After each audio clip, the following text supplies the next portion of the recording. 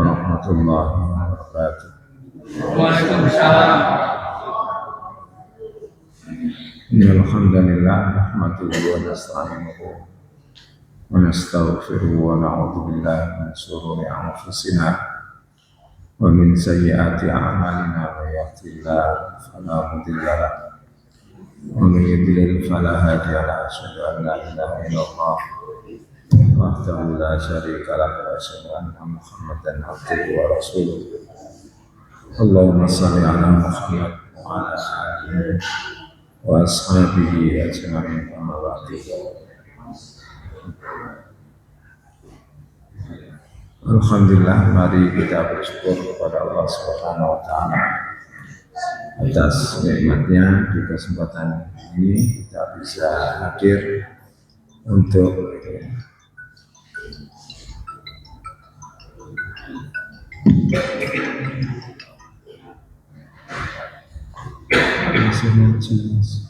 ngajar ngaji.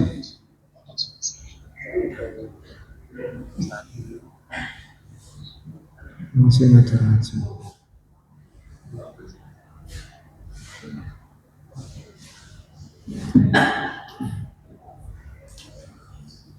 Sampai hadis nomor 601 bab jenazah. Salawat salam mudah-mudahan terlimpah kepada Nabi kita Muhammad sallallahu alaihi wasallam. Bismillahirrahmanirrahim. Wa an Aisyah radhiyallahu anha, dari Aisyah radhiyallahu anha, wa inna Rasulullah sallallahu alaihi wasallam kasru admil mayyit, memecah tulang mayit. Ya, jadi kakasri hayyan, seperti memecahnya ketika dia hidup.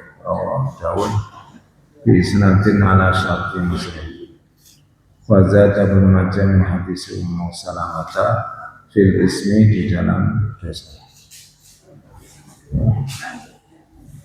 Hadis nomor 601 ini menjelaskan tentang dosanya orang yang memotong atau memecah atau mencincang orang-orang yang telah wafat.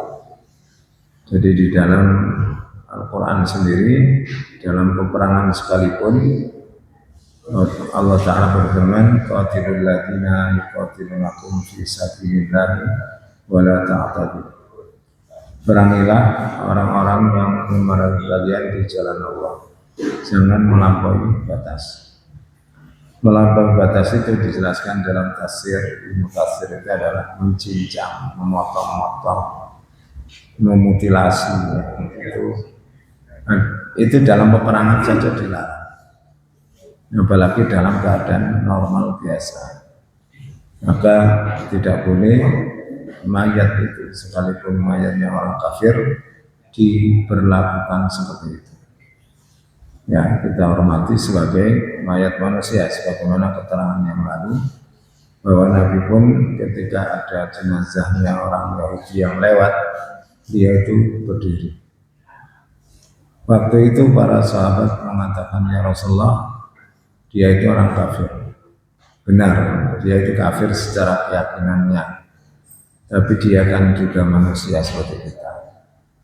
Ya, jadi kemanusiaannya ini yang dijadikan ya pandangan bagi Nabi Muhammad untuk tidak melakukan yang demikian, termasuk tindakan mencincang, memotong jenazah. Ini tindakan yang biadab, tidak dibenarkan oleh syariat.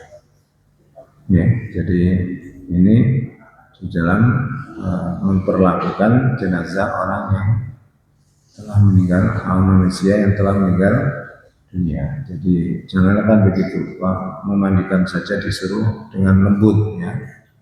Ketika menggosok, ketika dilarang kasar, karena hal itu akan menyakiti jenazah. Ya. Nomor 602. Dan Ibnu Majah menambahkan dari hadis Ummu Salamah tentang dosanya. Ya. Jadi tentang dosanya ini ada catatan kaki 602, dikeluarkan oleh Ibnu Majah dengan sanad yang lemah. Kemudian hadis nomor 603. Wa an Sa'id bin Abi Waqqas, dan dari Sa'ad bin Abi Waqqas radhiyallahu anhu qala, dia mengatakan, ilkhaduli lahdan, galikanlah atau buatkanlah untukku liang lahat, wa ansibu ala labina nasbah, dan hendaklah dirikanlah batu-bata di atasku, kama suni abi Rasulullah sallallahu alaihi wasallam, sebagaimana yang telah dikerjakan untuk Nabi sallallahu alaihi wasallam. Jadi Sa'ad bin Abi Waqqas ini berpesan ketika beliau meninggal hendaklah dibikinkan lubang kubur, kemudian ada liang lahatnya. Jadi itu adalah liang dikubur yang lebih dalam untuk menaruh jenazah supaya tidak melumah, jadi tetap menghadap ke arah kiblat. Kemudian dibuatkan batu bata di atasnya supaya tidak langsung ke jenazah. Yang sekarang kalau kita pakai apa? Pakai kayu gitu kan, namanya terisik ya. Ya. Kalau dulu pakai bambu, sekarang pakai papan gitu ya, supaya tidak langsung ditimpakan kepada jenazah. Dan itu dilakukan oleh Rasulullah, para sahabat ketika Rasulullah wafat ya.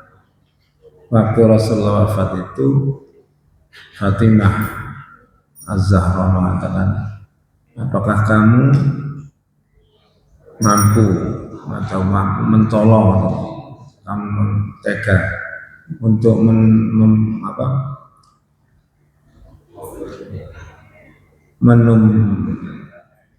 menguruki menimbun Rasulullah SAW jasadnya. Nah, jadi menimbun seperti itu, maka dibuatkanlah kayu atau terisik itu supaya tidak langsung ya tanah itu menimpa jenazah gitu.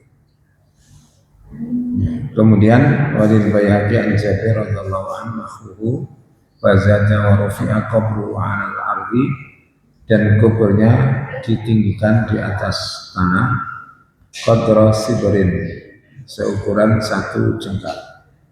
Jadi ini kalau tanah terus ditutupi lagi, setelah digali ditutupi, itu kira-kira tingginya hanya 1 jengkal, tidak boleh terlalu tinggi. Ya. Kemudian ada juga perintah kepada Ali bin Abi Thalib yang disampaikan kepada Nabi, kalau ada kubur terlalu tinggi disuruh meratakan. Ya. Kalau ada berhala disuruh menghancurkan. Gitu. Jadi itu kuburan-kuburan yang tata cara untuk menanam jenazah dan tanah yang dilakukan ditimbunkan itu ukurannya paling tinggi 1 jengkal, tidak boleh tinggi-tinggi. Nah, sedangkan sekarang ini ya banyak orang itu melakukan pelanggaran-pelanggaran, terutama ketika menguburkan orang-orang alim, orang-orang yang dipandang solih, itu kuburannya sampai berlebih-lebihan. Lebih-lebih kalau jenengan lihat kuburannya Habaib ya di YouTube itu, kayak hiasan orang menikah ya, jadi sangat mewah gitu. Dan sesungguhnya yang demikian ini tidak diperintahkan, bahkan dilarang oleh Nabi Sallallahu Alaihi Wasallam. Ya. Jadi jangan kita kemudian melakukan yang demikian itu. Kenapa? Itu termasuk tabdir, ya, pemborosan. Kenapa? Karena orang yang meninggal itu tidak butuh begitu-begitu. Yang dibutuhkan oleh mereka adalah doa-doa yang tulus yang kita panjatkan untuk mereka, permohonan ampun untuk mereka, kemudian wasiat-wasiat yang kita lakukan atau disampaikan bisa dilaksanakan bagi yang hidup. Kalau itu wasiat baik, maka itu akan berguna, berfaedah bagi si mayit, kan begitu ya. Jadi bukan tampak luarnya, ya, sing dihias kan di atasnya, padahal orangnya sama berada di dalam tanah, kan begitu. Sampai dihiasi lampu-lampu yang gemerlap, kemudian bunga yang sangat banyak, itu tidaklah demikian cara memuliakan kubur menurut riwayat-riwayat hadis Nabi Shallallahu Alaihi Wasallam. Ya biasa saja ya. Wali muslimin anhu, dan dari muslim, dan bagi muslim darinya, yaitu dari Sa'ad bin Abi Waqqas, nah telah melarang Rasulullah SAW. Rasulullah melarang ayyujas sosok, bahwa dikapur, ya, dikapur, dicat al-qabru, kubur, wa yu'ada alaihi, dan diduduki di atasnya, wa ayyubna alaihi, dan dirikan bangunan di atasnya. Jadi ada larangan dilakukan atas kubur kaum muslimin. Yang pertama, memperindah dengan mengecat, mengapur, dan sebagainya, ngijing barang. Apalagi kuburan itu kebanyakan bukan tanah pribadi, tapi tanah wakaf kaum muslimin, gitu. Nah, masa tanah wakaf itu dimiliki, ya? Ya, ini kan kesalahan. Kalaupun tanahnya sendiri, itu ada larangan dari Nabi SAW supaya tidak ada pengkeramatan terhadap kuburan-kuburan tertentu. Ya. Dan itu ternyata betul, ketika kuburan itu dibuat bangunan macam-macam, orang itu mengkeramatkan kubur, sehingga merasa kalau di situ mendapatkan berkah dan lain sebagainya. Wa ayyuk ada alaihi, dan diduduki di atasnya. Tidak boleh jangan duduk-duduk di atas kuburan orang, apalagi yang ada kijingannya, tidak boleh. Ketika takziah mengantar jenazah ke kubur, tidak boleh kita duduk di situ. Bahkan Nabi mengatakan, sungguh andai kata orang itu duduk di atas bara api, itu lebih baik daripada dia duduk di atas kubur. Okay? Maka ini bapak-bapak harus menghindari, karena jenengan yang sering mengantarkan jenazah ke kubur, dihindari. Tapi bagaimana, ya sedapat mungkin, karena kubur di tempat kita ini tidak diatur mana jalan mana kubur, jauh campur aduk, ya. Beda dengan kubur pahlawan. Kalau kuburan pahlawan memang teratur.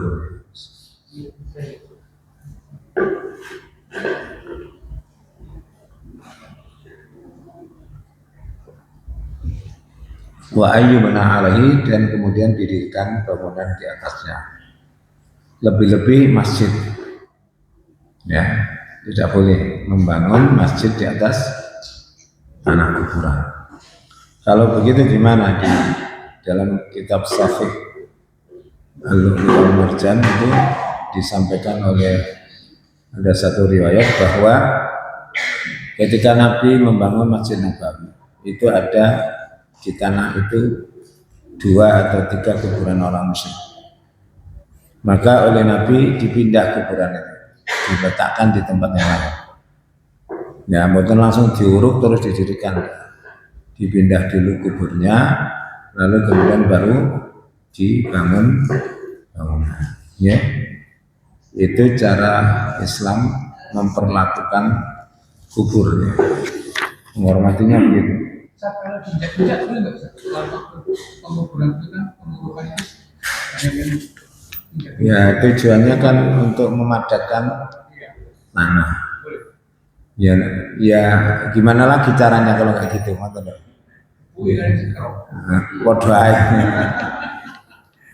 Artinya kalau niat itu di situ, nama udin niat. Memang tujuannya bukan untuk santai-santai duduk-duduk, tapi memang untuk memadatkan tanah. Kalau tidak begitu kan nanti ambles, Pak. Ambles, ya nggak apa-apa yang demikian, karena memang dibutuhkan yang demikian. Ya sekalipun kayaknya ninjak-ninjak orang yang enggak, orangnya di dalam, hanya kita harus berlaku sopan kepada ahli kubur. Wong jenengan saja kalau masuk ke kubur aja disuruh salam, ya disuruh salam, dan disunahkan untuk melepas sepatu atau sandal. bukan karena masuk masjid atau enggak, itu sunnah saja.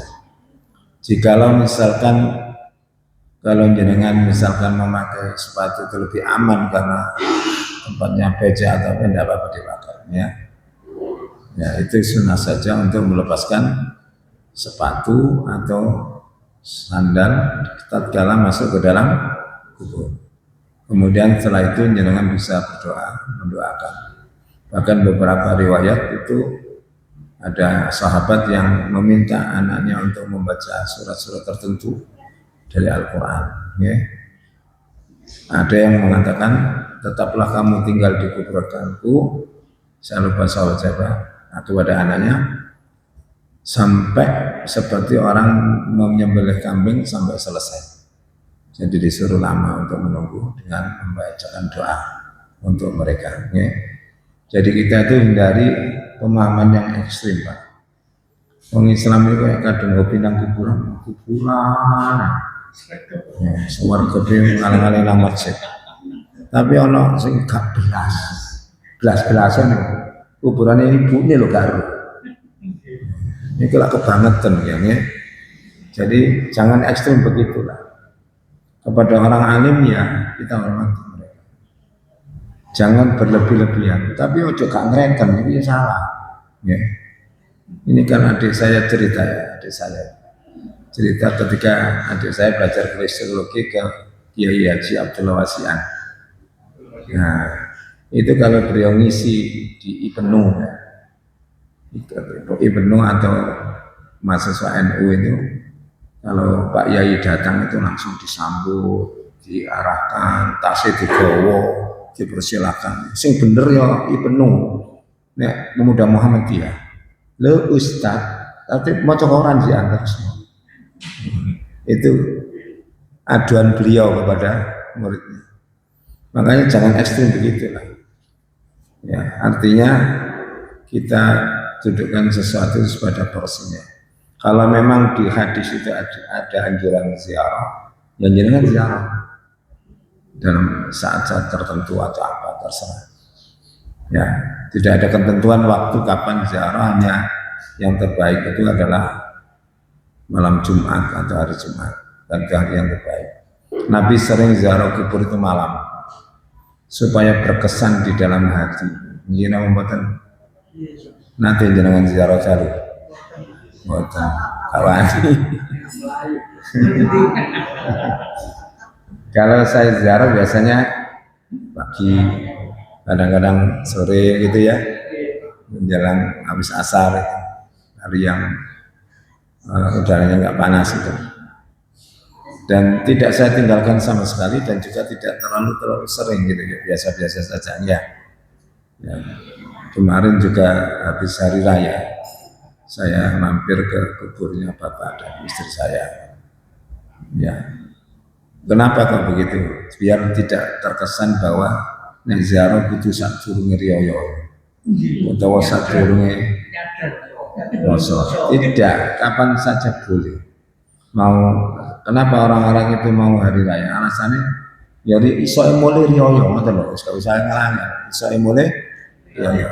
Tidak ada keistimewaan tertentu, keterangan tertentu bahwa itu lebih afdal.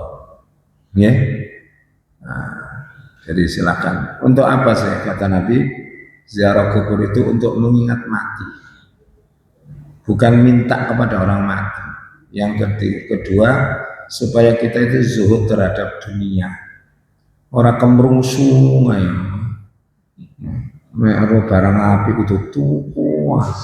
Nek ana bojone wong gawe ngene dilirik gelangi gedhe kudu tuku maneh padahal nang omah yo jaga. Kemudian juga tidak terlalu kemudian roh bojone wis elek ngelirik wong wedok. Wayu kepengin rabi maneh napa ketok wayu, Pak. Ora nek guru ditarik blonjo sampean. Habis ditarik lak siji mana. Nggih napa to? Wayu anjane ngomongnya legi. Manis, sekolahnya durung tahu sama disenggerang. Mulai cek baru kenalan ya. Ini nama buatan podo mas, yang lanang ya podo. Makanya kemudian tudzakirul akhirah itu mengingatkan kita kepada akhirat. bahwa ketika kita ziarah itu mengingatkan kita pun akan mati seperti itu. Dan kita akan berjumpa Allah harus melalui jalur mati. Ini gak mati kayak sebelum swarga sama. Kalau betul betul mati ya Allah, kayak sebelum swarga sama. Makanya dianjurkan untuk baca ayat kursi setiap selesai sholat wajib. Kata Nabi, siapa yang rutin membaca ayat kursi setelah sholat wajib tidak akan menghalangi dia masuk surga kecuali kematian. Artinya nek mati kayak bisa mlebu surga. Dia kurung bisa mlebu surga, bolane turun mati. Makanya yang rutin baca ayat kursi ya, ayat kursi dibaca. Jadi setelah istighfar, Allahumma antas salam, la ilaha illallah wa la syarikalah, bisa baca ayat kursi. Urutannya tidak ditentukan apakah dengan yang jelas istighfar itu yang pertama. Ya, subhanallah itu, alhamdulillah, Allah akbar itu bisa dibolak-balik. La yadurru min aina bada'ta, tidak membahayakan kamu dari mana kamu mulai. Misalkan jenengan wiridan pertama Allah akbar terus ya oleh alhamdulillah yang sah. Ya, enggak apa-apa. Misalkan wis kadang ngomong alhamdulillah ya teruskan aja. Baru setelah itu subhanallah, baru Allah akbar atau dibolak-balik enggak apa-apa. Macam ya. Nah. Kemudian berikutnya wa an Amir bin Rabi'ah radhiyallahu anhu, dari Amir bin Rabi'ah radhiyallahu anhu, anna Nabi sallallahu alaihi wasallam, bahwasanya Nabi sallallahu alaihi wasallam shalla ala Utsman ibnu Mat'un, dia salat atas Utsman bin Mat'un, wa atal qabra, dan mendatangi kuburnya, ya. Fa khasa alaihi salasa khasayatin, dan beliau menaburkan tanah di atasnya 3 taburan. Wa huwa qa'imun, dan waktu menaburkan itu dalam keadaan berdiri. Jadi Nabi ngasih contoh, misalkan dengan setelah selesai ambil tanah lalu ditaburkan. Ada juga keterangan ya waktu menaburkan, dari inilah kamu diciptakan dan dikembalikan lagi ke tanah, dan kamu akan keluar dari tanah juga di saat hari kiamat. Jadi itu nasihat yang paling mandi niku, nasihat berupa mengingat mati. Wong diablek ya napa ditakon kon wani mati ya. Jawabannya ojo saiki. Urung siap aku. Bapak-bapak, ibu-ibu siap mati ya, sehingga dicukul. Mending kan siap. Siap. Emang dicukul. Tapi cara ngoten istilahnya kebanyakan orang kalau ditarik mati, siap saya. Rata-rata menolak. Kenapa? Karena merasa sanggune tasih kurang. Tapi gak belum usaha. Ya, jadi kalau kita percaya tentang azab kubur, nikmat kubur, ya tentu kita upayakan amalan-amalan yang membawa kepada nikmatnya dan menjauhi larangan azabnya. Sing repot niku, nah, kalau sing sedih niku, wis seru mati ku yo ana pitakon kubur, yo ditalkeno amudin. Ya. Kemudian ada azab kubur, ada nikmat kubur. Tapi uripe gak tahu siap-siap. Sembahyang yoga, poso yoga, sembarang kali yoga. Tapi nek mati jauh disangon itu. Bisa kau nek mati beleno sapi atau beleno wedhus. Sekarang kita masukkan ke dalam kehidupan kita nyata. Panjenengan hidup itu kira-kira sangu duwe dhewe napa jagakno disangoni wong. Dalam hidup di dunia itu. Sampai misalnya diajak rekreasi teng Jogja, apa siap-siap bawa duit dewi, itu apa engkau nang dicelak ke konco, engkau lah yo, bisa. Uang nyangoni kan ya tempo-tempo, THR, kan itu ya, ya dikawani jajan, kan tidak selalu, semuanya harus dilakukan secara mandiri. Makanya dulu ya, nyanyi pula, nyanyi adiknya Mbah. Itu sudah tua banget, 100 lebih. Itu biasanya pergi berjamaah ke masjid. Waktu niku ya tekenan, tapi mboten bego. Udan-udan di larang kali mantune. Mak, sampeyan udan-udan jamaah kok nek kepreset ya. Jawabannya ya pinter. Wah, aku ndolek sangku dhewe kok kon larang. Yo nek kon eling aku nek lindungan nek gak. Ya benar, dan beliau betul-betul meninggal dalam keadaan insya Allah bagus. Kenapa meninggalnya habis sholat tahajud, tasyahud. Nah, ini kan, ya apa yang disiapkan. Makanya kemudian ada kisah juga, Syekh Utsaimin itu pernah didatangi Raja Abdullah untuk dikasih rumah, karena rumahnya jelek. Gak pantas Syekh besar Mufti Arab Saudi omahnya. Akhirnya kata Raja Abdullah, saya akan buatkan rumah Anda karena harus pindah mosok sampai pejabat tinggi pokoknya. Kata Syekhnya, aku bangun. Saya sudah bangun rumah, sudah lama saya nyicil rumah. Dengar begitu, istrinya senyum-senyum, Pak. Wah, ternyata bojoku jangan ngasih kejutan aku. Bangun rumah wapi. Terus ditanya, di mana rumahnya? Ternyata alamat yang ditunjuk adalah kuburan. Kuburan. Lu itu kan kuburan. Ya memang saya siapkan bangun rumah di situ. Dan saya sebentar lagi pindah. Makanya harus saya selesaikan sebaik-baiknya. Bojone kaget. Walah nyiapno omah kuburan. Berarti duit ini ku digawe sangu mati. Makanya kehidupannya lebih banyak kesederhanaan. Begitu ya. Enten tiang sengaja. Ya, itu namanya orang cerdas menurut hadis. Orang cerdas itu beramal untuk menyiapkan kehidupan setelah mati. Karena orang yang soleh pun getun. Ketika meninggal itu getun. Apalagi orang yang buruk, sangat getun. Orang soleh itu getunin apa? Kok ingin udah amal kurang saja. Ruh ganjarannya kayak ini. Oke. Ya mudah-mudahan kita termasuk orang yang fastabiqul khairat. Ya mboten dadi wong Ramadhaniyun, teman Ramadhaniyun. Ramadhaniyun iku nek Ramadan tok, waduh, nang masjid kok sawal ilang. Mungkin ngenteni Ramadan.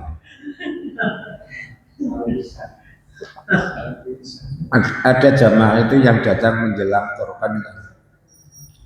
Oh, yang canggih korban mesti kata jamaah supaya tidak ada panitia yang mari budal mana ya.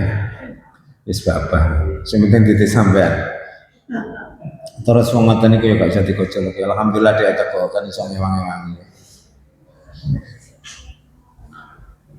Wa Utsman radhiyallahu anhu dari Utsman radhiyallahu anhu dia mengatakan karena Rasulullah sallallahu alaihi wasallam idza faragha min dafnil mayyit adalah Nabi SAW apabila telah menguburkan mayit. Waqafa alaihi beliau berhenti atau berdiri padanya. Waqala lalu beliau mengatakan istaghfiru li akhikum. Mohon ampunkanlah untuk saudaramu.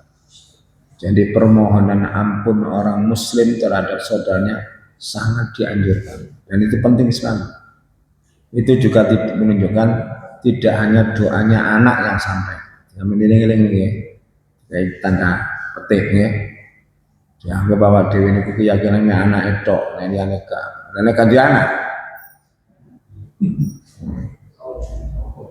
Terus apa? Katanya kata di dalam hati itu awaladin sholihin, bukan au ibnun sholihun. Ibnun itu kan anak kandung. Walad bisa anak kandung, bisa anak angkat, anak didik kan. Ya. Juga kalau dia memiliki saudara-saudara muslim yang banyak, tentu dia akan mendapatkan doa dari mereka. Minimal ketika sholat itu oleh wong solehnya. Assalamualaikum wa ala ibadillahis sholihin. Mudah-mudahan ya Allah Kau berikan keselamatan kepada kami dan berikanlah juga kesehatan, keselamatan kepada orang-orang yang soleh. Makanya sampai soleh gak perlu khawatir gak ditunggu. Muslim mati mukmin, muslim mesti ditunggu Allah. Allahumma firlil muslimin wal muslimat. Gitu? mesti ditungan. Ya. Kemudian wasalu lahu at-tasbih. Mintakanlah kepada Allah Ta'ala supaya dia memiliki ketetapan hati. Yaitu ketika dia ditanya oleh malaikat dia bisa menjawab. Biasanya nek kuburan kula rumah kan ojo sira ngejer lan iso ndredeg. Ya apa gak ngejer wong gak sangu. Nek duwe sangu ya gak ngejer. Jadi Wak Mudin itu orang yang paling pandai dan paling sakti. Profesor ini mulangi wong urip, Wak Mudin mulangi wong mati ya. Wong mati ya diulangi ya. Anu ini. Ojo sila gemeter. Bagaimana tidak gemetar sama maca hadis ya napa mungkar nakir. Jenenge tok ya medeni. Ya. Kan begitu. Ya. Dan wajahnya itu kata Rasulullah, wajahnya itu ketika bertanya kepada orang yang ditanya itu suaranya ya seperti petir, bau peras. Wis pokoknya gak gelem ketemu aslinya wong dengan mungkar nakir. Tapi yang mesti ketemu kecuali orang yang mati syahid tidak ditanya oleh mungkar nakir. Para sahabat bertanya, kenapa ya Rasulullah tidak ditanya? Kata beliau, cukup kilatan pedang. Kalau sekarang rudal di atas kepala mereka itu cukup sebagai fitnah atas keimanan mereka. Ya. Jadi mudah-mudahan nanti Allah Ta'ala menangkan kaum muslimin. Ya, musuhnya itu jelas kafir-fir karo wis.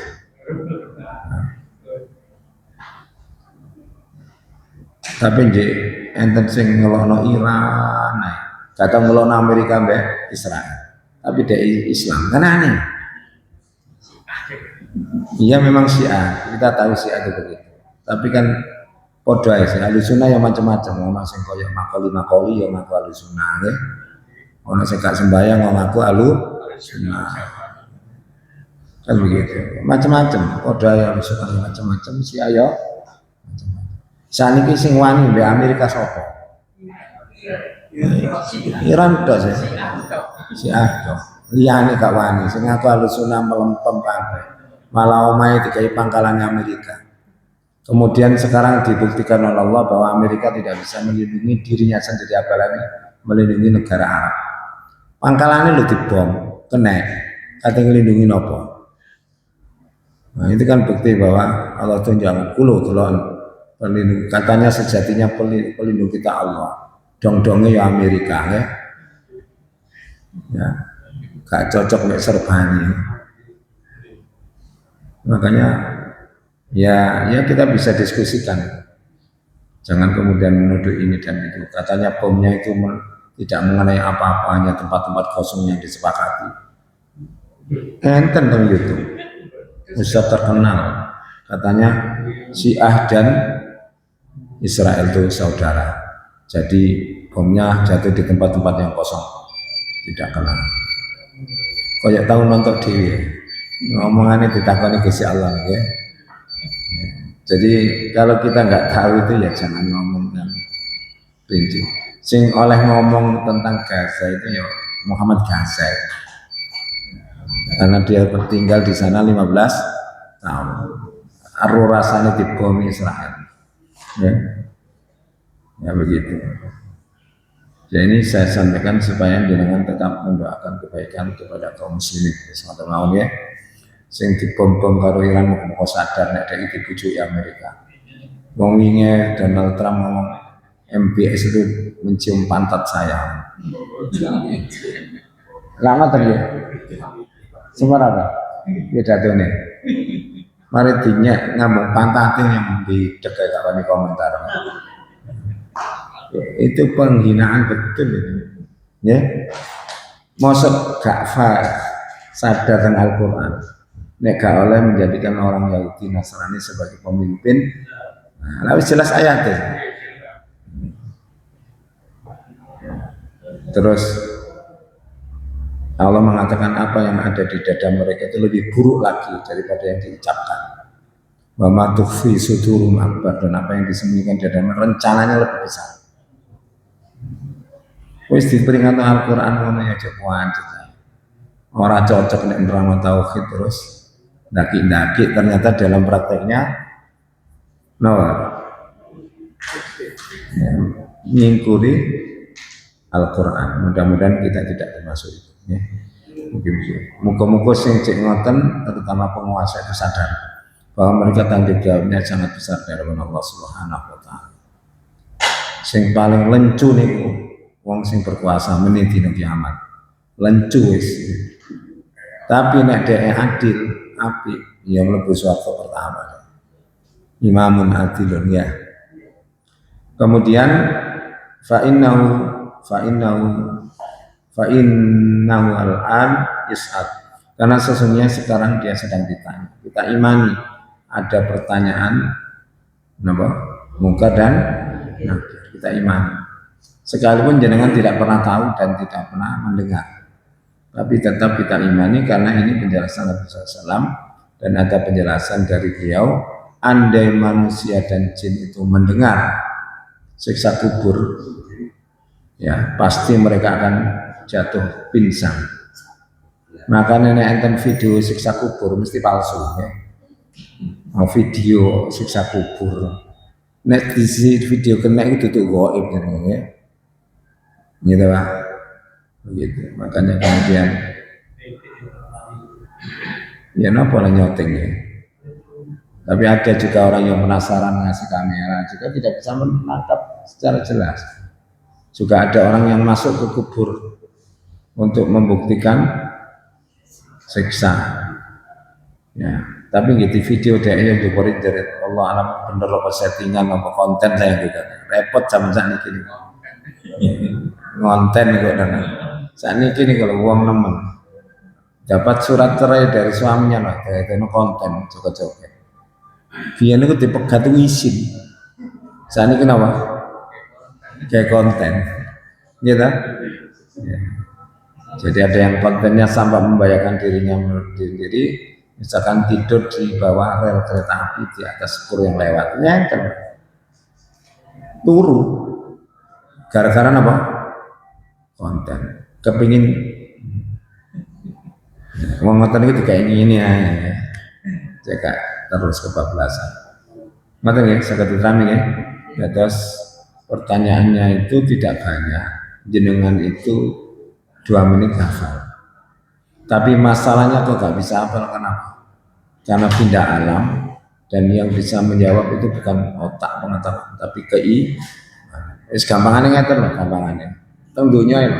Jenengan tangi turu gak anak-anak turu dicekel wong tek wong papat dilebokno sak mari ngono diko motor kamplengi mari ditakoni jenengmu sapa? Jenenge ae lali. Tolak. Jenengan itu kalau teman saya yang jadi tentara itu Pak, waktu pendidikan cerita, nek pun gaya topi baja itu Pak, ini salah didik lah dikaplok tong, pokoknya kita kewablok, ini kita ditakoni jenenge iso lali, saking mentalnya, saking downnya dan saking payah, dokter iso dadi goblok teng mriku, ditakoni jenenge karo, alamat rumahnya mana? Tolak, itu katanya helm yang bikin orang bodoh. Karena memang mentalnya didonkan, fisiknya didonkan. Itu saja nggak bisa jawab. Ditakut jenenge dia udah gak ya. Apalagi ini pindah alam dan sendirian yang menemani dianya aman. Masya Allah, mengerikan sekali. Saya kira cukup ini kajian kita di kesempatan ini. Mudah-mudahan bermanfaat. Mari ditutup dengan kafarah majelis. Subhanakallahumma wa bihamdika. Asyhadu an la ilaha illa anta astaghfiruka wa atubu ilaik. Assalamualaikum warahmatullahi wabarakatuh. Waalaikumsalam.